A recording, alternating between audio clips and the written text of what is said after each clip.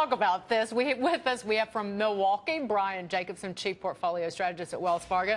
And here in the studio, nationally syndicated columnist and Fox News contributor, Droy Murdoch. Droy, I'm going to start with you because you're here in studio. One of the problems for Summers would be his, well, personality, that he's not a man of compromise. He likes, and historically, has liked to belittle people who work for him. That is not the makings of a Fed chairman, yes or no? I think you're right about that. He's sort of a bull in a china shop and has this very, very brash and aggressive personality that may suggest doesn't play well with others. The Fed is an organization that likes to build consensus around whatever its policies are, and that may be something that would suggest Yellen would be better. I think in terms of policies, there probably would not be a very big difference between the two, but I think in terms of personalities, there would be. It's really strange in some ways, I think, that the White House is even floating this as a trial balloon, because the reasons you talked about, maybe conservatives wouldn't like him because of that. Dagan made a reference at the top to the problems he's had with women's groups, for example, in the past. But Brian, and liberals don't like him. Liberals don't like him. That's what I'm talking about with, say, angry bloggers. Just go to the Huffington Post business section. Everybody's yelling about Summers. But is it Wall Street? Would it be the Wall Street crowd that would be pleased, do you think, Brian? I'm not sure what the original source was that actually said that Larry Summers was even being considered for it. I'm kind of curious about the credibility of the source. But considering who would I prefer between Yellen and Summers, it's almost irrelevant who I would prefer. But I think that Yellen has more of the credentials. She has more of the monetary economics background. Larry Summers, I think, though he's a brilliant individual, he is a very polarizing figure, perhaps, in previous leadership roles that he's had. And I don't know if this would be necessarily within his core competencies to actually be the chairman of the Federal Reserve.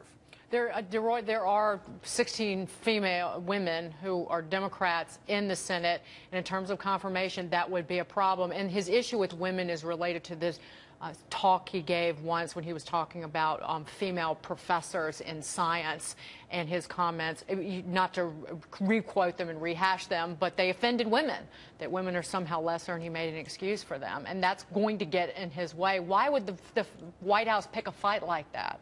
Well, I think that raises a very good point, which is Janet Yellen is a woman, and Obama may decide, hey, why not appoint the first female head of the Fed?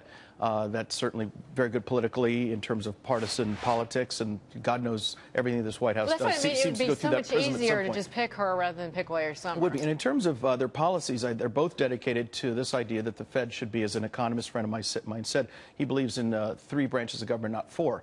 And I think that both Summers and Yellen believe in the Fed as sort of a 4th branch of government that's sort of this uber-economic agency that prints money and redistributes it around and so forth. But she's qualified. You just disagree with her Yeah, I think academically qualified in terms of being an economist. But I think that they both bring to this job the idea that the Fed should be very active, very interventionist, and not just strictly maintaining a stable price level, which is a much more appropriate activity if we have to have a Fed. And I have big questions about that to begin with. How worried are you, Brian, about inflation at this point? Would you ever expect the next Federal Reserve chairman to have policies that are any different from what we see right now?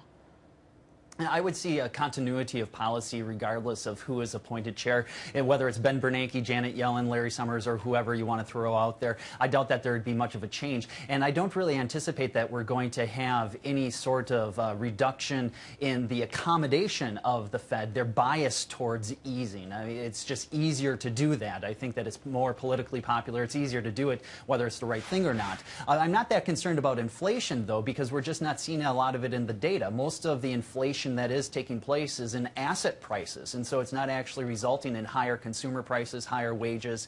So the Fed, I think, does have additional scope to do more easing if they are inclined to do so. I have a special view here that the viewers at home don't, and that's of DeRoy sitting next to me shaking his head while Brian was talking. What's the problem? Well, I think the problem, I agree with the other guests that we've not seen a lot of inflation, but I think the reason is there's been very little velocity of money.